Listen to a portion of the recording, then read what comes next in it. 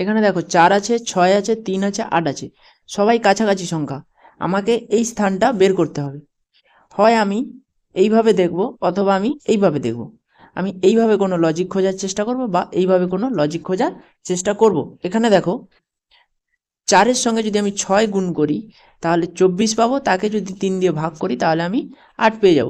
4 গুণিতক 6 সমান 24, ওই 24কে যদি আমি 3 দিয়ে ভাগ করি তাহলে আমি কত পাবো? 8। এই লজিকটা যদি দ্বিতীয়টায় প্রয়োগ করি, আমি 2 গুণিতক 8 করব, তাকে 4 দিয়ে ভাগ করব, দিলে আমি পাবো কত? 4। 2 গুণিতক 8 16, 16কে আমি 4 দিয়ে ভাগ করব, 4 ছাড়া 16, 4 পেলাম। তাহলে এখানে যে লজিকটা প্রয়োগ হচ্ছে এখানেও একই লজিক প্রয়োগ হচ্ছে, তাই আমি এখানেও একই লজিক প্রয়োগ করব।